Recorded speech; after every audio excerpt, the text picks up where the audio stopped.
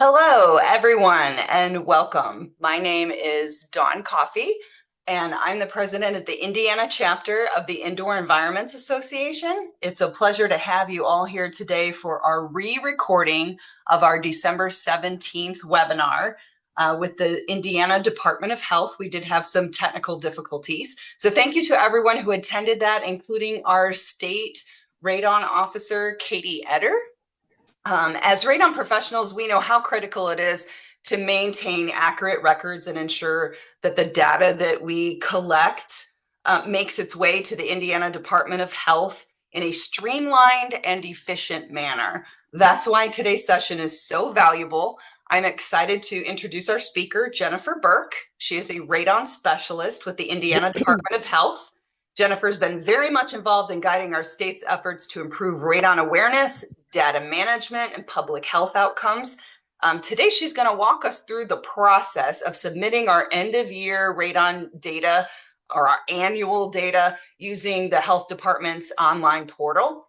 Her insights will help us stay compliant and ensure that the data we report is meaningful and actionable. So before we dive in, I'd like to take 1 second to encourage you to consider joining the chapter of the Indoor Environments Association. If you are not already a member, our chapter provides a fantastic platform to connect with fellow professionals, share best practices, and stay informed about our developments in our field.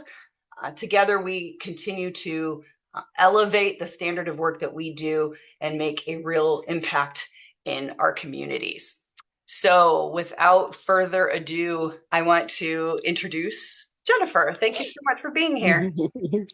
Thank you. Hello, everybody, and welcome to the radon reporting tutorial that we wanted to put together. I felt like having a visual and being able to go through it step by step would be able to help everyone. And understanding, I know when you try to do it over paper or over instructions, it doesn't always translate. So without further ado, this is our radon reporting instructions. And you will also be, oh wait, how about I share my screen first?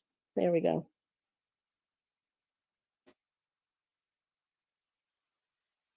Here it is. So this is the radon reporting instructions. It will be attached to the radon reporting reminder that I will be sending out at the end of December.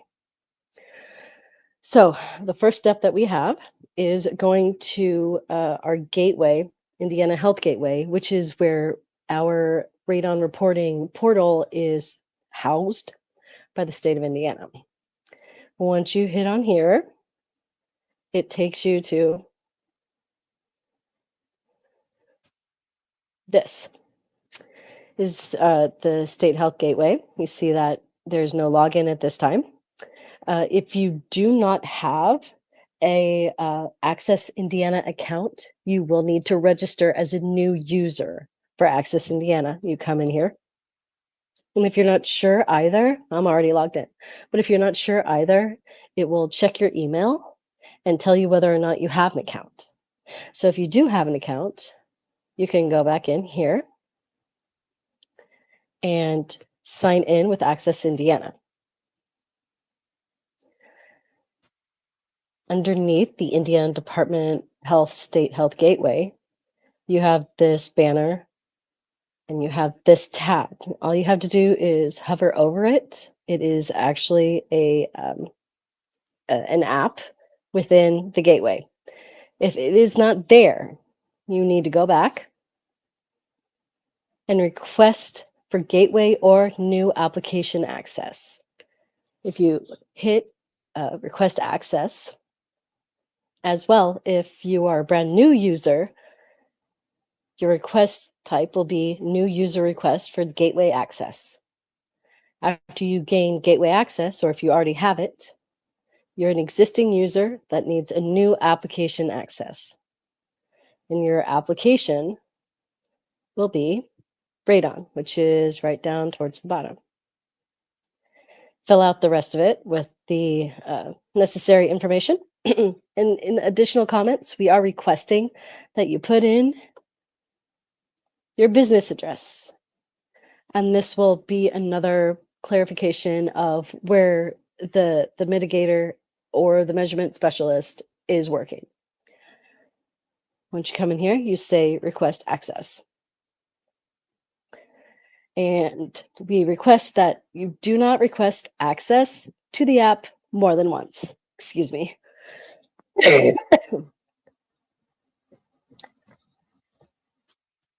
One of those things, right? If you request access to the app more than once, it just creates a backlog in our queue. There's one person who is accessing and authorizing every single request as it comes in. He knows to keep an eye on it, so you should have access within 24 to 48 hours.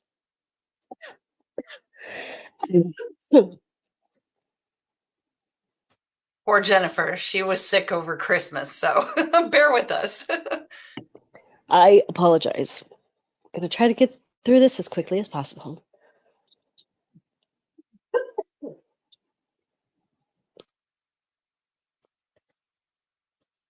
Okay, so I can go ahead and sign in with Access Indiana. And as you can see, the radon tab is there.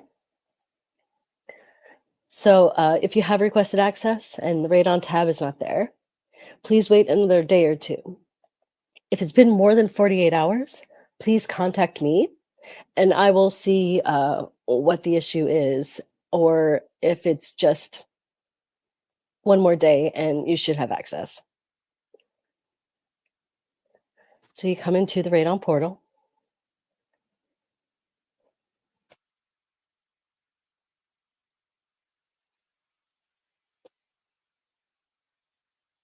And wait patiently, it does take a moment.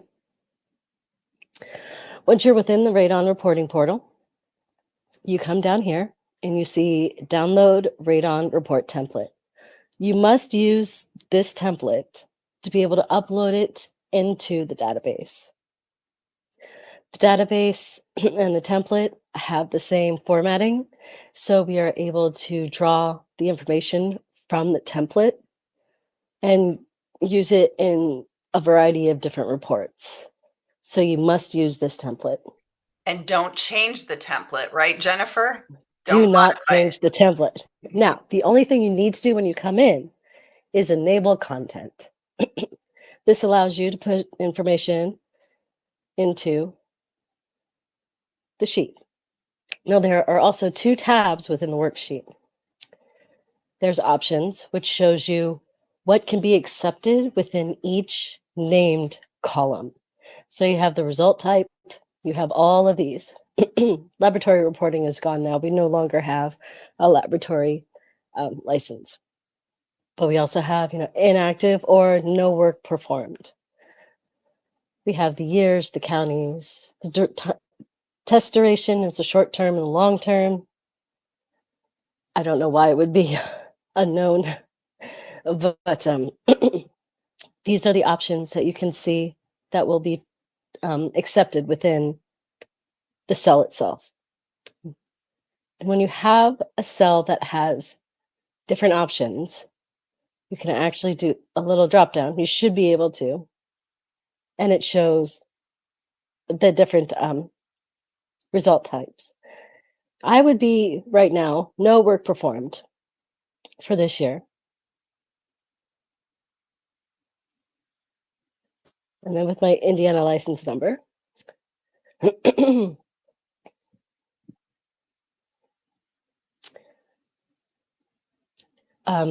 And since it is no work performed, all you need is your license number, your last name, and your first name. Our licensees, though, since this is for mitigators and testers, would have something in that result, column. Yes. Sure. Yes, definitely. And please, please, please, I've noticed it, and I'm actually surprised that it goes through. This is your Indiana state license number, not your national certification number. So please keep that in mind. And like we said before, not only don't change the formatting within the Excel sheet. Do not copy and paste from a different Excel file. This will almost always change the formatting of the destination file, which is what we're working on right now. Once the report is complete, you can come up here and say upload report, upload the Excel. And this is your normal Windows choose file where you can find it. I believe, was that the radon reporting?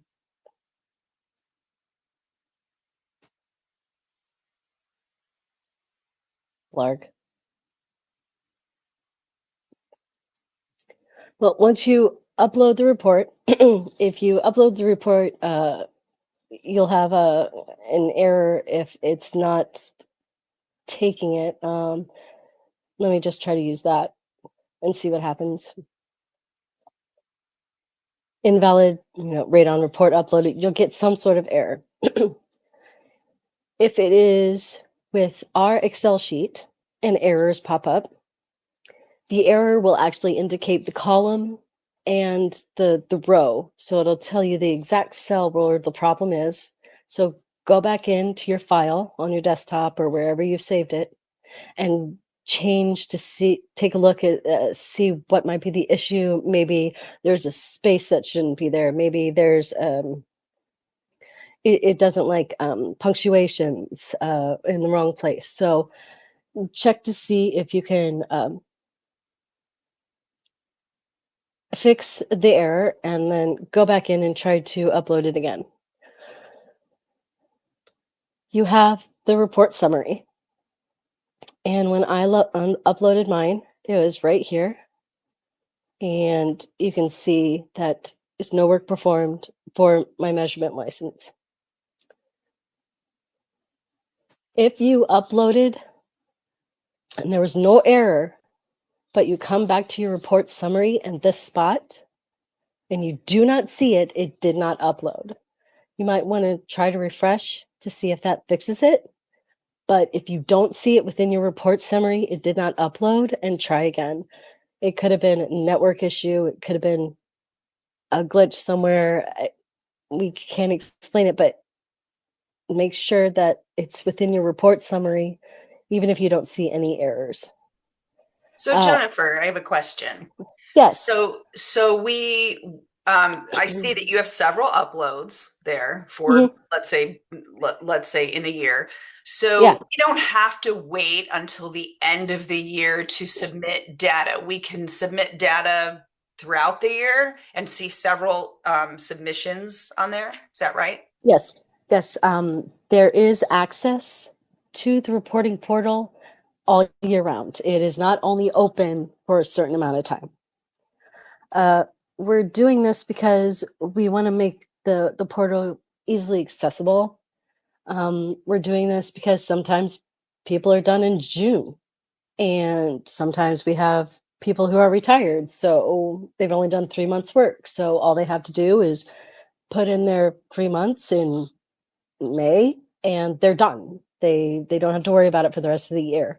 For some people, if they know they're going to have 12 or 1300 entries for the year, I would definitely suggest doing it either twice a year or maybe even quarterly.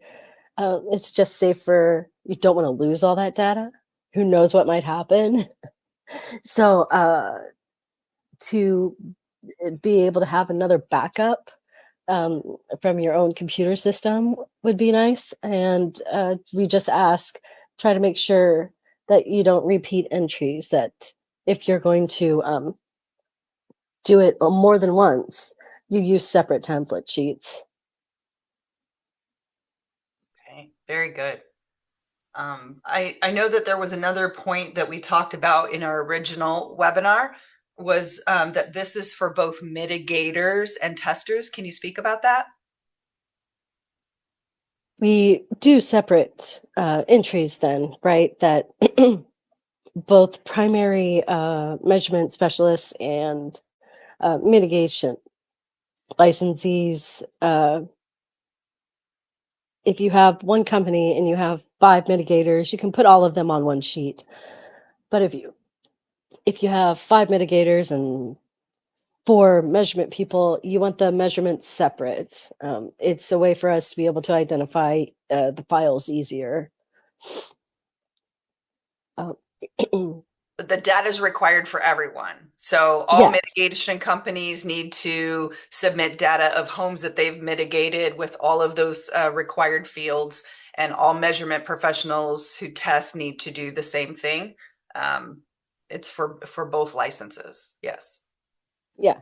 Awesome. As well, I forgot to make this little note.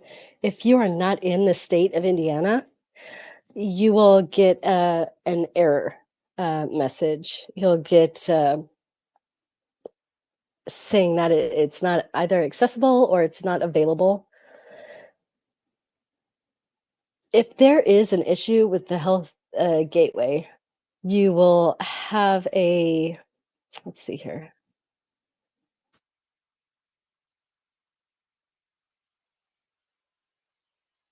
Right here with the IDOH gateway messages, it'll be flashing red, or there'll be a warning saying that it's down, and we'll be working on it to try to bring it back up.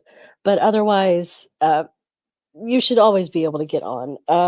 If you're out of state or even really close to uh, the the border, sorry about anybody who's like close to Cincinnati or close to Louisville or close to Chicago, the IP address might look out of state, and it's just a security thing that the state of Indiana has, but it's easily fixed as long as I have the IP address. And all I have to do is give that to my IT guy, and he can put it in to be accepted, and you'll be able to log in and do everything just as you would in state. Perfect. So you folks, you can see Jennifer's email address on the screen right now. It's J Burke, the number one. Oh, maybe not. J Oh, Burke, no, number one sorry. at health.in.gov. So J Burke, the number one at health.in.gov. And you can ask her questions directly, or if you had those technical issues, she can help you through those. So our takeaways today, Jennifer, would be that this annual reporting is required for both mitigators, Yes. measurement professionals, that we need to use our Indiana license number, not our certification numbers on these Hmm. spreadsheets, that we need to use the template given the way it is, do not modify it, right? And that we Hmm. should be submitting data anytime throughout the year. This does not need to be a daunting task at the end of Mm-mm. the year, right? No, exactly. Perfect. Okay. I And guess one of the questions that we did have, though, was we were requesting post mitigation measurements and being reported if you have the information. We had a large building question where they had multiple testing points, and it was decided that the highest reading should be the one that's reported. So if you're in a school or if you're in an office complex, anything like that, a daycare, and you have more than one testing point after mitigation, we're requesting the highest um, reading be reported, and then the rest can be put in your measurement report. That wonderful. way, all entries are n- t- uh, are reported. All entries are recognized. It would be great. I would love to see a Q&A sheet put out, maybe, that we could attach with the instructions that you'll send to us for things like that. So what do we do Okay. if we have, a multi-family situation, it's post mitigation, we have all these different, that would be wonderful if we Okay. could just have a few of the general Yeah. things. That way it would probably cut down on phone calls to you Yes. or emails to you. uh, Yeah. that's wonderful. Okay. Thank you so much for taking the time out today to show us how our data needs to be submitted. We thank everybody who attended our original webinar on December 17th. So this was your re-record to show you that portal. Before we wrap up, I'd like to remind you again that today was sponsored by the Indiana chapter of the Indoor Environments Association. We'd love to see you as a member. And we thank you so much to the Indiana Department of Health who joined us and is always here for us. Give them an email or a jingle anytime if you have questions. But our chapter, our whole goal is to bring both of those entities together because we work on the same things. We work on radon awareness and we work on this data and making sure that the public health is truly what our focus is. So there'll be more great webinars to come. Thank you, Jennifer, for your time. And we'll see you next time. Bye, everybody. Bye-bye.